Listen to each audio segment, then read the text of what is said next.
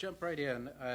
This information about the various packages that go into this are on the final slide too, so look at it later if you want to.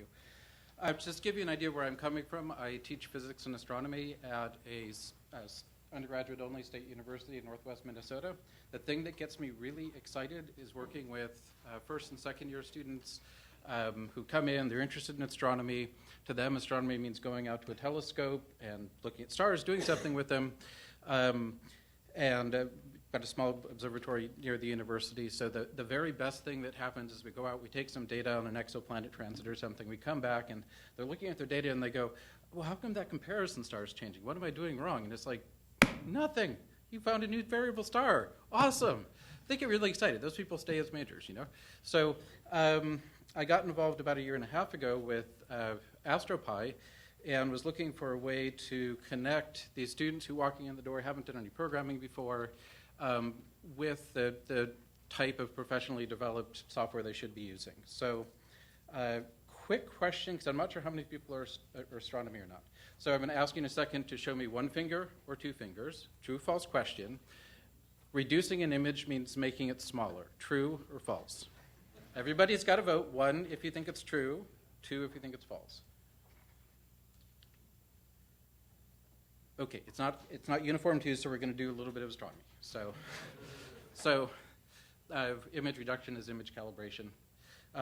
So here's an uncalibrated image. And I want to give you this context to sort of set up the process that you go through in reducing these, because it drove the widget development. So there's that black bar on the left. It's a region of the chip called the overscan. It's not exposed to light, so it's dark. It needs to be trimmed off. If you zoom in, there's thermal noise called dark current. If you're not an astronomer, it's just those white speckles. We'd like to get rid of them. There are all of these funny squirrely things on the image. This is dust that's in the optical system. So the underlying camera is not quite uniformly illuminated. Okay, this doesn't have a huge impact. The squiggle that I've got in the box in the upper left there is about 2% less bright than the rest of the image. So it's not a terrible effect, but you need to deal with it. And all of these things we just talked about are essentially subtraction and division operations. That's straightforward operations.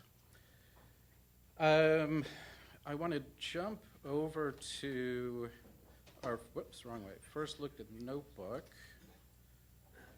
It should mention all the widgets you're going to see are in Python. There's no, I don't know JavaScript.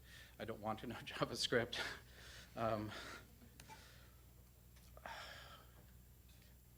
Okay. I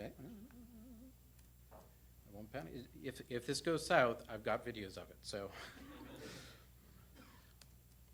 there we go. So the first thing I put together was a viewer where I could have images arranged by their metadata. And get a quick look at what the image looks like, what its header looks like. We'll do a walkthrough in a couple of minutes of the entire notebook, so I'm not going to focus so much on that now. I want to make a point about the content. These are a bunch of images where the camera has been told, don't actually expose it all, just read off to me immediately, read out the chip. And if you do that 10 times in a row, you get 10 slightly different images because there's read noise. To avoid introducing more noise into your images as you're reducing them, you take, say, 10 of these calibration images, combine them together into one, and that knocks down the read noise on those images. So the notebook that I've written, what I want to be able to do is take raw images, sort of like what we saw in the Space Telescope pipeline talk a moment ago, and go from those raw images, taking out all of these effects that we saw a moment ago, combining images along the way as we need to. So if you're counting, we need to do 2 things. We need to do these individual steps that we saw here, and we need to be able to combine images. So the lazy part of me is like, well, that's pretty awesome, because I just wanted to emphasize, if you went to the Jupyter widget tutorial on Tuesday, which was great, you may have come away with the impression that to do widgets means you've got to do JavaScript. And because I saw a couple of the Jupyter people come in, I'm going to replay the slide where I broke out all the bling I could find in Keynote. Yeah, pure Python. Okay, so let's do a quick tour here. If you want to try this out, it actually comes with a small data set. It's a couple hundred images of a standard star field and the calibration images to go along with it. And let's get this loaded up. So we've already seen this image browser. It's not a whole lot more to show.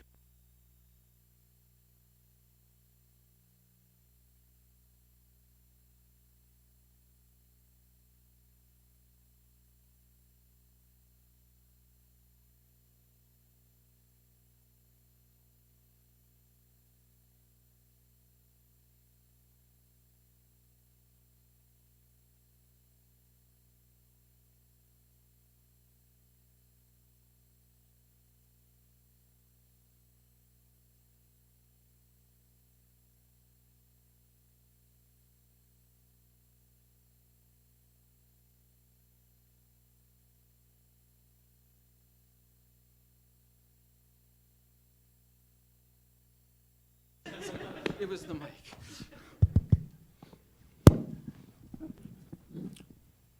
Yep, no problem. The way you take these calibration images to eliminate the star current, that white static we saw earlier, is you tell the camera, take a 5-second exposure, but don't open the shutter. And what you notice if you look at 5-second images versus 30-second images versus 60-second images versus 120-second images is that the amount of noise varies with time. And ideally, it's linear with time.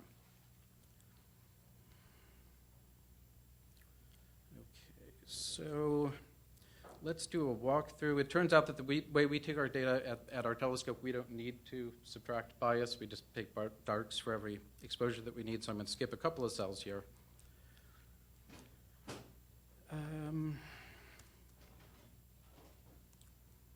Okay, so what do I need to do to reduce a frame? I've got to trim that stuff off the side. And as we're going along here, I'm going to need to change some settings. So I tried to put together these widgets so they'd be easy to follow. They're laid out in the order that you need to carry out these steps if you were going to write a script. And they try to be a little bit intelligent about whether or not the settings make sense. So if I'm not asking it to do anything, it's like, okay, I won't do anything. But or if I make my starting index bigger than my ending index or something, it'll realize that something's wrong. This, of course, is not a replacement for actually understanding what you're doing with the data, but I assume that students are like me and will make the same kinds of mistakes I make. So. Okay, so we hit go, and behind the scenes, it's looking for all of the images whose image type in the FITS metadata is dark, and trimming them. I then want to combine those. So for the 5-second darks, I've got 10 exposures. For the 15-second, I've got 10 exposures, and so on. I want to combine those, and I can choose the combination method here. I don't want to have to tell the computer which files to group, right? If they're dark frames, they should be grouped by their exposure. So group them by their exposure, please. Go.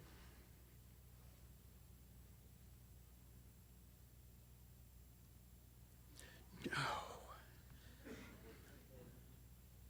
Oh.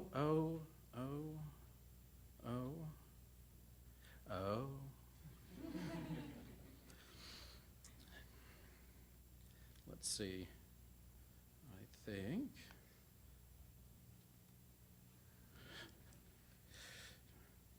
we're going to see, where were we here? Come on. What the heck just happened there?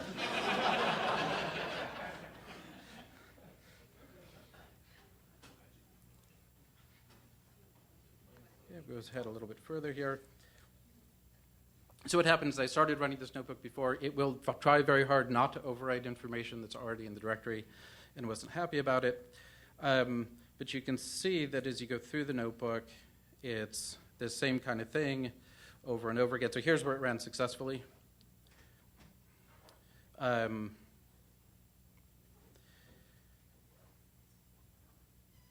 And we're grouping by exposure here.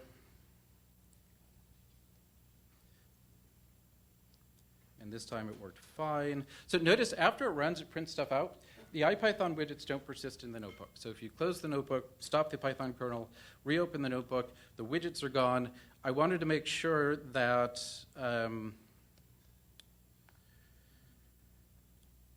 a person could come back later and see what was done. And so for each of these widgets, it's got a string method hooked onto it that just prints out what the settings are. I thought about trying to make this thing fully automated so you could rerun the same notebook over again, and I realized talking to students, it took them about 3 minutes to run the notebook. It'd take me about 3 days to properly make the widgets behave that way, so it was a pretty easy calculation. With the, back in the run through here, the flats, there's a little bit more to do. So in addition to, now I realize you can't see the details of this, but see if I can, there we go, that's better. You can combine the images if you want to. You can scale the images before you combine them and choose how that they're scaled.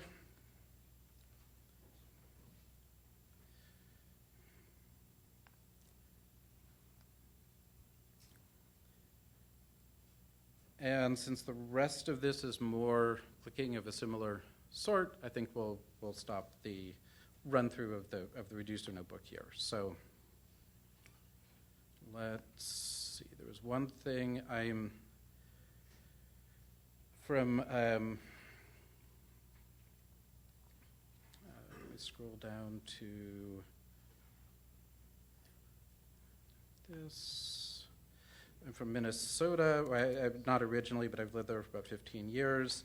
And so we're kind of neurotically compulsive about being honest. And so I have to let you know that there are some things that are not working yet. They'll come someday. So I want to talk a little bit about how these widgets are put together. Everything that's bounded by red box here is a type of widget that I've written called a toggle container widget. So the idea is that you've got a checkbox. When you click that checkbox, it exposes some sub-widgets inside of it. And we'll look at putting together one of those in just a moment. And then the outermost widget, the one that's got the green button on top and the blue button on the bottom, is a subclass of toggle container widget called toggle go widget. A little bit different styling on the top to make a button instead of a checkbox because I thought it looked nicer. And adds the ability to execute an action when you click the go button. And by default, that action is just to execute whatever action method has been defined for each of the children. Okay, so let's do this. So we're not going to walk through the imports in detail, but they're up there. They're fairly straightforward. So the way I think about these is I start at the inside and I work out. So on the inside, I had this activate me with 2 checkboxes inside of it. So in my init, I'm subclassing from toggle container widget. I'm going to add a checkbox for which I'm overriding the string method of the widget. And we'll see why in a moment. And then a second checkbox where I haven't done that, and then I add each of those checkboxes as children. The action that I've defined for this is pretty simple. All it does is loop over the children, print the name of the child, and sleep for 5 seconds. Ooh, half a second.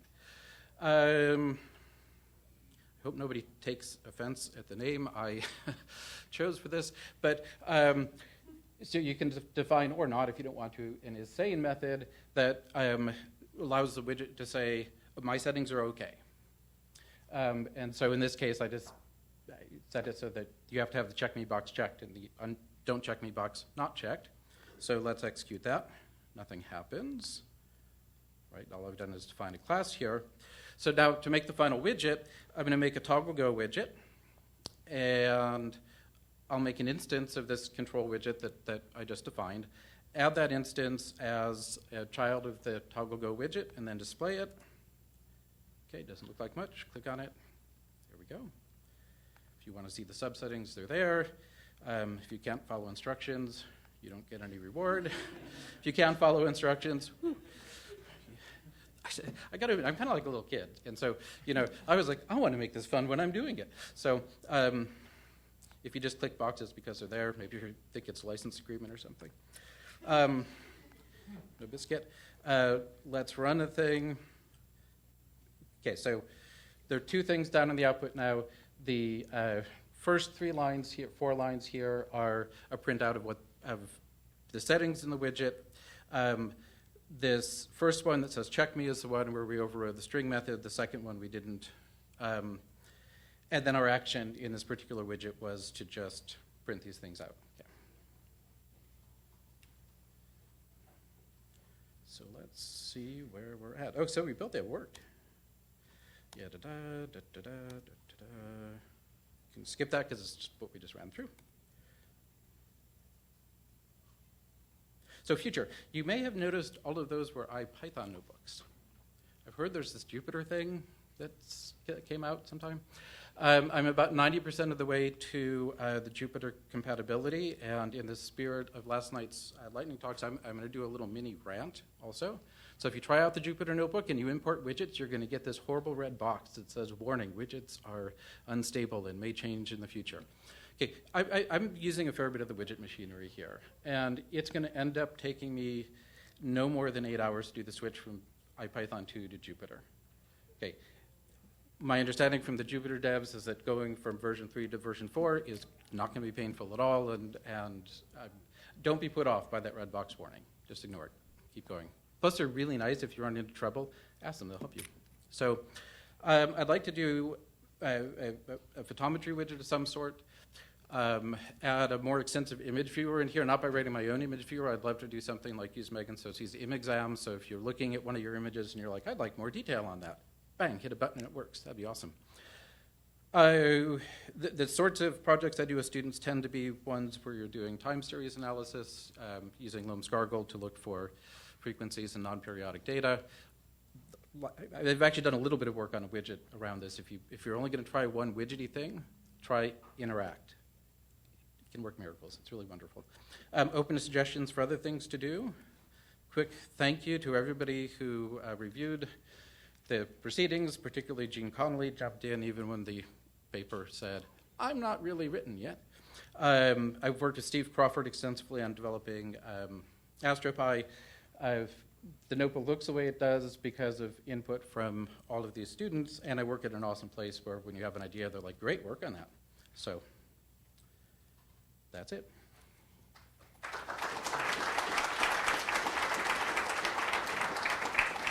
So we have time for 1 or 2 questions, but I'll first start saying that's awesome. I had no idea you could do that with Widgets. Thanks. Oh yeah, it is fun. So cool. And you should do a tutorial on that because I want to learn it. Okay. Okay. Question? Do you know if anybody in another university, say, has used these widgets in classes? Does it work on similar data from a slightly different telescope and things like that? Nobody's used it. So here's the deal for everybody in the room. So I went to Costa Rica a couple years ago, and they had this really great coffee, and I've been ordering coffee from there since then. If you will try it in your class and let me know what happens, I'll send you a couple bags of coffee.